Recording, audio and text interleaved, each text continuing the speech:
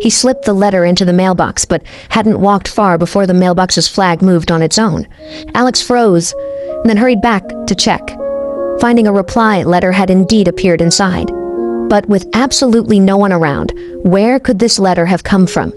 According to the letter writer, this year's spring would be exceptionally cold, even bringing a once-in-a-century spring snow. The writer kindly reminded Alex to dress warmly, but he dismissed it as absurd. How could it snow in the springtime of April? The very next moment, snowflakes began drifting outside the window, forcing Alex to wonder if the sender truly existed in the future. Not long before, Alex had bought this lakeside cabin full of windows. On his very first day moving in, a letter arrived. The writer claimed her name was Kate, the cabin's previous tenant, who'd moved away in a hurry without updating her mailing address, so she hoped Alex could forward her mail. Kate also added that the dog paw prints on the bridge and the cardboard boxes in the attic were already there before she moved in. What the hell is she talking about? When Alex went up to the attic, however, he saw no sign of the boxes Kate mentioned. Yet the next morning, while painting the porch railing, a small dog suddenly appeared and trotted across the bridge behind him. Alex started to shoo the dog away, but the fresh trail of paw prints left him stunned. He then went to the attic, picked up yesterday's letter, and stood there almost in a daze. Meanwhile, at that very moment, Kate was chatting with her mother in Daly Plaza. The pleasant afternoon was shattered by a sudden car crash on the street.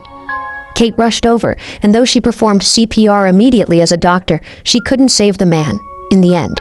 Noticing her emotional state, Kate's supervisor gave her a few days off. Perhaps guided by fate, Kate found herself back at the lakeside cabin, only to discover the current owner wasn't living there. Just as she prepared to leave, she spotted an uncollected letter inside the mailbox. Dear Ms. Forster, I got your note, and I'm afraid there must be some kind of misunderstanding. As far as I know, the lake house has been empty for several years. Maybe your note was intended for the Sandberg house down the shore, since no one has lived in this house for years. But I'm curious about the paw prints. Kate was deeply puzzled by Alex's seemingly nonsensical words. Seeing it was dated 2004, she quickly wrote back, insisting she hadn't made a mistake. The house had indeed been her former residence. At the end of her letter, she included her current address and made sure to note that the present year was 2006. Alex was shocked upon reading it but chose not to dwell on it, and instead went to Chicago to meet his brother Henry. Having not seen each other for 4 years, they marveled at the changes in one another. Just then, their father emerged from the office building. Alex started to approach him but held back. Even as time flowed on, the distance between them and their father remained unchanged. Their father, Simon, was a prominent local architect, and as he remained immersed in his career long-term, the care and connection for his family gradually faded from his life. That had led to lingering tension between him and his sons. Alex, returning now, had also taken a job in real estate development, which stunned Henry. Because of their father's influence, Alex had always deliberately avoided the construction industry. Though Henry worked at their father's firm now, their interactions were strictly professional, devoid of familial closeness. As night deepened, Alex somehow ended up at the address Kate had written in her letter. Approaching it, he realized it was an unfinished housing development set for completion in 18 months. This convinced him Kate had definitely mixed up the location and time. However, to prove she wasn't making things up, Kate promptly found photos from 2 years prior. If Alex was truly from 2004, he would witness the biggest spring snowfall ever recorded on April 3rd. She even sent him a scarf, hoping he wouldn't catch a cold. But Alex, receiving the letter, paid it little mind, especially since that very day was April 3rd. As he turned away, he was startled to find the calm night sky now gently swirling with thick snowflakes. That moment made him start to believe that this mysterious girl writing to him might really be living in 2006. And when Kate saw the raised flag on the lakeside cabin's mailbox, she too slowly realized the truth. From that point on, seemingly pulled by fate, they embarked on an incredible journey across time. Little by little, they opened their hearts, sharing names, past stories, and secrets they had never told anyone else. Like old friends reunited, yet with the flutter of a first meeting. Even more astonishing, the dog by their sides was the same one. She's skinny, has sad eyes, snores, and sleeps like a person. I don't know why, but I call her Jack. Hello, Jack? As their exchanges multiplied, simple letters no longer felt like enough comfort. Alex mailed Kate a map, and shortly after, they began dating across the years, transcending time and space. Kate followed the map's markings, tracing Alex's steps through their shared city, finding rare, quiet moments away from her demanding work. Along the way, Kate discovered beauty she'd overlooked before and little surprises Alex left for her on street corners. Alex's presence felt like warm winter sunshine, gently warming Kate's heart. Yet she couldn't forget the greenery surrounding the lakeside cabin. All those trees were planted by Alex, who then brought a sapling to the front of Kate's apartment building. As the sapling took root, a sheltering tree miraculously appeared beside Kate just as she was caught in a downpour. Later, Alex visited his father's home and found Simon writing his memoirs. Alex handed him some design plans. Simon initially thought they were Alex's work, only to realize they depicted the very lakeside cabin he himself had built. Alex had merely improved upon it and put it on paper. "Indulge your father. Can't you take a little joke, for God's sake? Come on. Tell me. Where have you been? I really want to know. I was trying to forget you." Forgive me. After saying goodbye to his father, Alex found Henry and told him the cabin's true origin. Henry hadn't been born yet at that time, and Alex was only 8 years old. Alex expertly retrieved beer stored beneath the lake. Then the brothers went to the rooftop to discuss their father's architecture. To Alex, the house felt like a box. Through the glass, one could see the outside world, yet it was all just surface, unreachable, and distant. It even had motorized shades installed, all design elements pointing to their father's need for control. Alex bluntly explained the root of their distance from their father. Henry could also see that Alex's current state was nothing like the man he used to be. In his memory, his brother would never settle for building a vacation cabin here. The Alex of the past was a warrior charging toward his dreams, which is why Henry deeply hoped Alex would join him in the world of architecture. "I'm sorry, I can't. I just, what? I've got other plans." "You have a girlfriend?" "What is that? You hesitated. No, I didn't hesitate." "Come on, man. I don't have any time for that." "What does time have to do with it?" You're gonna think I'm crazy." Meanwhile, Kate suddenly remembered losing a book at the train station 2 years prior. It was the only memento left by her father, and she hoped Alex could go to the station today to find it for her. But when Alex arrived at the address in the letter, he saw Kate in an intimate moment with her ex-boyfriend, leaving Alex with mixed emotions. Just as the train was about to leave, Kate boarded in a hurry. Alex walked to the seat and found it was Persuasion by Jane Austen, but the train had already started moving. Though Alex wanted to run and return it personally, it was impossible. Fortunately, Kate saw Alex at that moment, yet she didn't recognize him at all. Their first meeting in the same timeline thus ended unresolved. Just when it seemed their connection would face a long wait, fate's brushstrokes proved unpredictable. The next day, Alex's dog Jack suddenly ran off. Following Jack, Alex soon arrived at an apartment building. The apartment belonged to Kate's current boyfriend, Morgan, who chatted warmly with Alex and mentioned he was throwing Kate a birthday party that night, inviting Alex to attend. That evening, Kate returned home exhausted. Suddenly, a group of friends appeared behind her. She forced a smile to face everything. Kate deeply disliked such noisy gatherings, and though her boyfriend knew this, he had arranged the party anyway. As the evening wore on and the countryside cicadas sang, Kate stepped outside to find a moment of peace. "Hope it's a great year for you." "Thank you." Alex had already been waiting there for some time. He had so much to say, but didn't know where to begin, so he could only carefully sit beside Kate, awkwardly starting a conversation. But there was no expected strangeness or stiffness between them. Instead, they clicked more and more. Alex also mentioned that book Kate cherished most. As their talk deepened, Kate gradually realized this man shared her very outlook on life, that sense of unspoken understanding sparking a strange warmth in her heart. After some time, Kate finally came to her senses and prepared to leave. But in the shadow of the night, Alex didn't want to let the moment end and followed her to the door. Luckily, romantic music began playing nearby, and Kate couldn't resist inviting Alex to dance.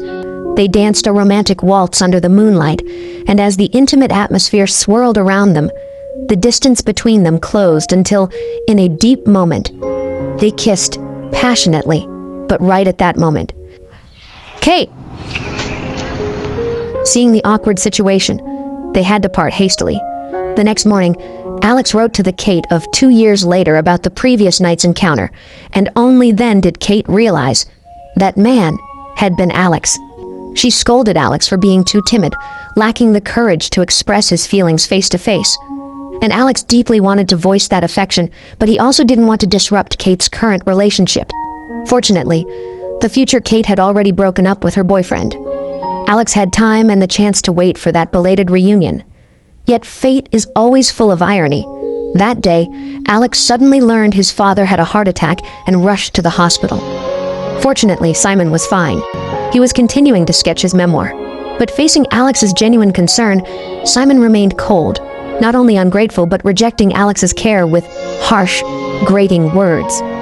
After leaving the hospital, Alex told Kate that the lakeside cabin was actually built by his father before he became famous. Back then, he was very family-oriented and deeply loved his wife. The lakeside cabin was a gift for Alex's mother.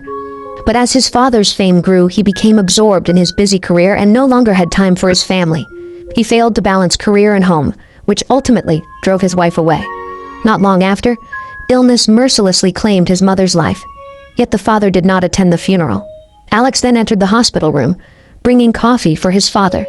After Alex sat down, his father handed him a museum proposal, clearly displaying a structure designed to interact with light. Alex offered his own insights, briefly pointing out the pros and cons to his father. A truly great structure, one that is meant to stand the tests of time, never disregards its environment. A serious architect takes that into account. He knows that if he wants presence, he must consult with nature. This was a long overdue reconciliation. Though on the surface they were discussing architecture, the father was silently approving Alex's choices and persistence.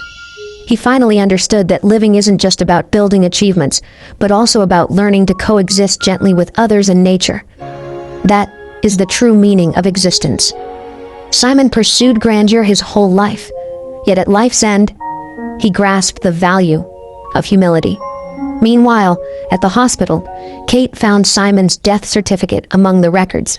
At the same time, Alex received the tragic news about his father. Kate had already arrived at the lakeside cabin, knowing Alex must be grieving deeply today, so she placed Simon's memoir, published 2 years later, into the mailbox for Alex. She hoped this would show Alex how much his father loved him, because that memoir contained not only the architectural works Simon was most proud of, but also a photo he had treasured for years, yet never mentioned to his son. Alex finally realized then that his father did love him. It was just that his love was too silent, too profound. Suddenly, an impulse surged within Alex. He intensely longed to see Kate. So, he reserved a table at a restaurant for 2 years later, hoping Kate would arrive on time tomorrow. Even though Kate's tomorrow was a full 2 years away for Alex, he was still willing to wait. The next day, Kate arrived at the agreed-upon restaurant, dressed beautifully. She was filled with anticipation, imagining their first meeting. But after waiting a long time, Alex never appeared. Alex was equally confused. He couldn't understand why his future self hadn't shown up. But to apologize, Alex suggested they set another date. This time, however, Kate refused. This very missed connection made her question her former conviction.